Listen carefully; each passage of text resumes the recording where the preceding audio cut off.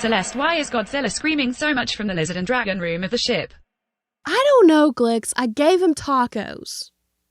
Perhaps we should discuss a few of his movies with the devoted geeks and that will help calm him down. I mean, maybe. It's worth a shot. Okay, what is happening here? Where are we? Glix, give us a situation report. Currently, we are on the planet Geekery. Be warned, our impossibility drive may cause distortions as we traverse this land. Impending impossibility engaging in 3, Oh, gosh. 2, Oh, dear.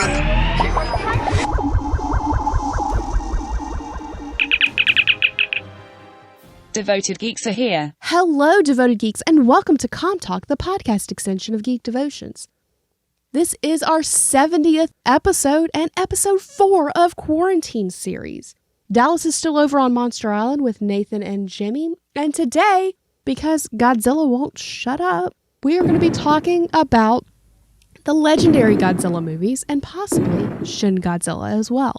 So let's get into this. Those of you who were going to get a little bit meta, we're going to break away from the storyline just a bit. Dallas and I were watching some of the original Godzillas. If you follow our Twitter and our Instagram, you realize that we had not been able to locate our 2014 Godzilla, and it made Dallas really sad because he really enjoys that movie. Turns out it was hiding next to Shin Godzilla. They're both red.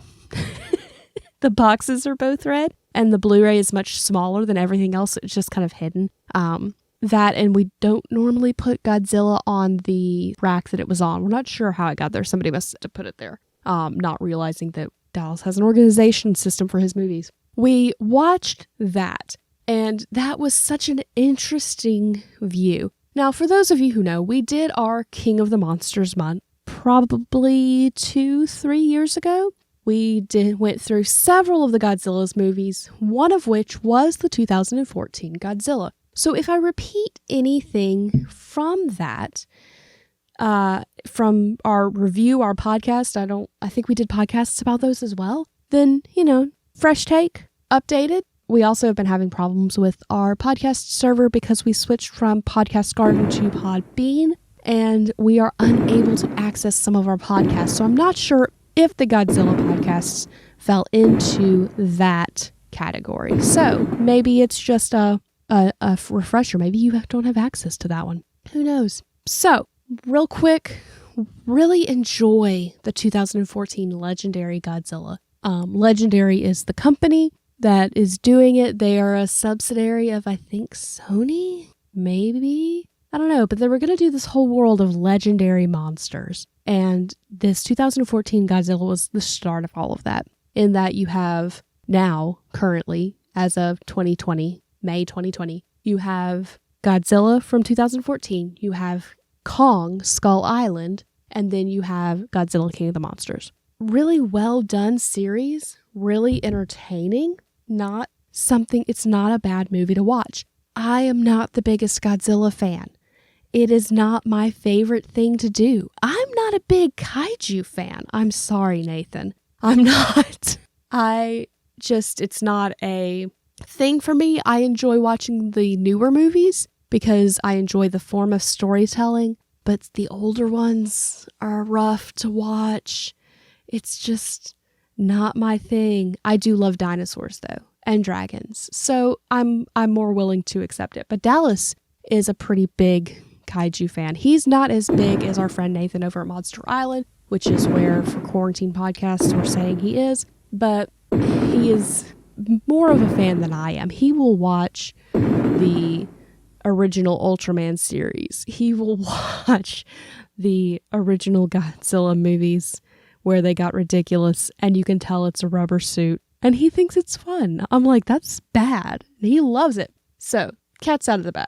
But this 2014 movie, it had some interesting aspects to it. You had the Mutos. You had Godzilla. You had the fact that they're alluding to other lore. There's a ton of Easter eggs in the movie if you know what to look for.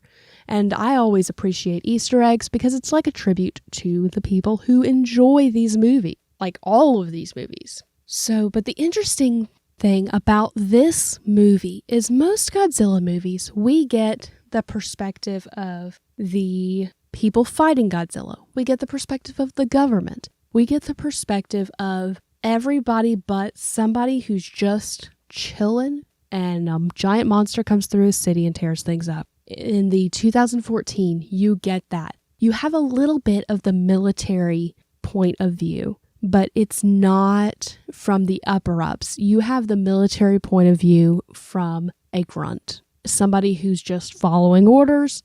He just got back from Iraq. He is not in charge of anything, but he is integral to the story. You also have his family, his wife's Scarlet Witch and child. And so you see from that perspective too. Makes for a really great storyline, I think. And one of the reasons that this is one of the ones that I will rewatch on a fairly regular basis. Okay, so fast forward to King of the Monsters. Very different perspective, very different story. Now we're from the perspective of the people who are awakening the monsters, the people who are the anti-establishment, shall we say. They are very against Monarch. You have the things going on with Monarch, where the government is saying that Monarch needs more control or more governmental oversight. That's the correct word. And it's just a really good story. Like, you don't have as much of the everyday Joe perspective, but it's also not the stereotypical, like in the original from the 30s, 40s. I should have fact-checked that. But you have an intriguing plotline. Somebody who was there in 2014 and is now doing all of this in the midst of all of this. Also, I like Millie Bobby Brown as an actress. I think she does a really good job. That and the fact that she is partially deaf kind of makes her so much cooler. Like, it doesn't, because that's horrible that she can't hear well, but at the same time, she doesn't let it stop her, and so that makes her really awesome. Real quick, we are going to put in a quick shout out to some of our friends. We want you to go check them out, and then we will get back and we will discuss Shin Godzilla.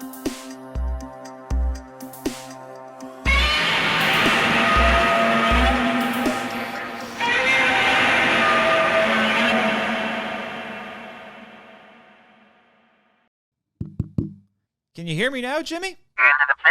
Excellente! I've been waiting a long time for this.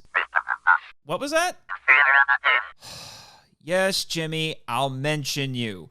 As you always remind me, I'm contractually obligated to do so. We good? Alrighty then. Let's get this promo started. Hello, kaiju lovers! I'm Nathan Marchand, a professional writer and raging nerd. You might remember me from the Kaiju Vision radio podcast. Well, during my sabbatical to the Monsterland Resort to catch some rays and drink a few blue Hawaiians, I was hired as the curator of the Monster Island Film Vault. So I figured I might as well use the opportunity to make a podcast while I'm at it. I'll critically and academically analyze films from the kaiju and tokusatsu genres, in keeping with my philosophy of film appreciation, and have fun along the way. Each episode will feature members of my rotating roster of guest hosts, chosen from Monster Island's tourists, including John LeMay, Daniel DeManna, Ben Avery, and Nick Hayden. We'll walk through kaiju film history, starting with the granddaddy of all kaiju himself, King Kong! Yes, we'll be chronologically examining the eighth wonder of the world's filmography, culminating with his epic rematch against the King of the Monsters in 2020's Godzilla vs. Kong! Episodes will drop the second and fourth Wednesdays of every month. The first episode each month will be a full-length film discussion with the tourists, where I share these amazing films with both newcomers to the genre and veteran fans.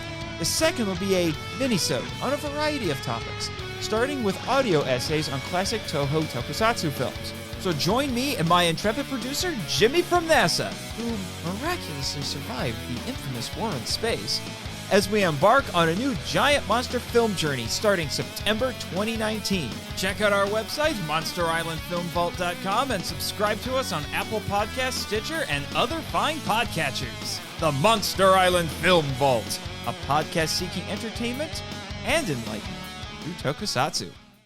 How was that, Jimmy? What do you mean, it stinks?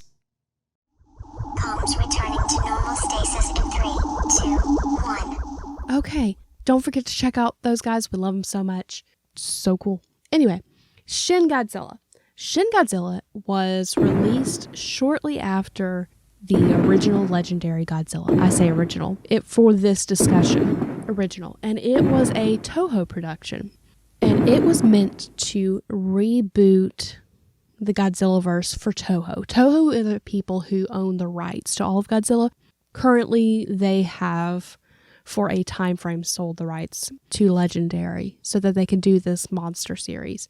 But they made this movie, and it's very political, but very intriguing at the same time. It gives you a very Japanese perspective of Godzilla. Now, this came out in 2016.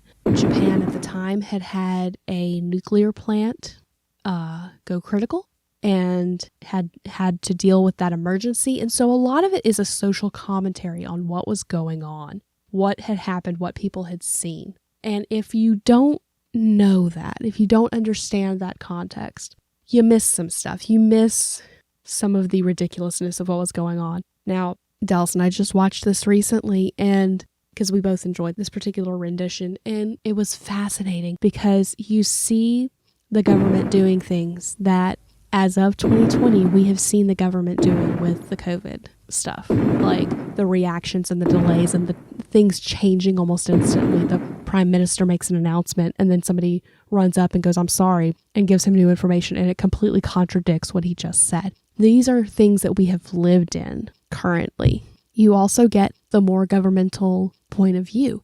You don't get the first person running from the monster point of view. You get the, we're trying to figure out how to keep as many people alive as we can. Now, Japan does not have a military. They have a special forces. I may be saying it wrong. And so some of the stuff is different because you have to understand how Japan works. Japan doesn't have a military, part of the deal from World War II when they surrendered. So they're not allowed to have a military. They have to ask the U.S. for help. The U.S. doesn't give help unless it's under certain circumstances. And so they deal with all of this. So it's a really good look at what the culture is in modern day Japan at that time. It could be very different. I'm not terribly up on my world politics. Probably should be. Just not a thing that I focus on a lot. Also, a very good movie that we recommend. Well, Glix, did talking about all of that help calm Godzilla down?